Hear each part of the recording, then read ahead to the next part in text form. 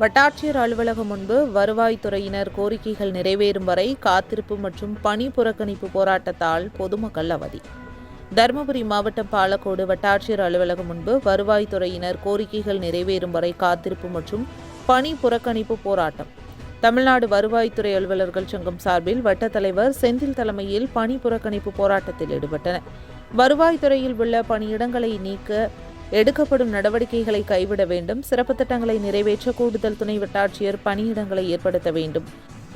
பேரிடர் மேலாண்மையில் கலைக்கப்பட்ட 97 பணியிடங்களை மீண்டும் வழங்க வேண்டும். வருவாய்த்துறை ஊழியர்களின் கோரிக்கைகளான இளநிலை, முதுநிலை, வருவாய் ஆய்வாளர் பெயர் மாற்றம் விதித்திருந்த அரசாணையை உடனே வெளியிட வேண்டும். 3 ஆண்டுகளாக காலியாக உள்ள பணியிடங்களை உடனே நிரப்ப வேண்டும்.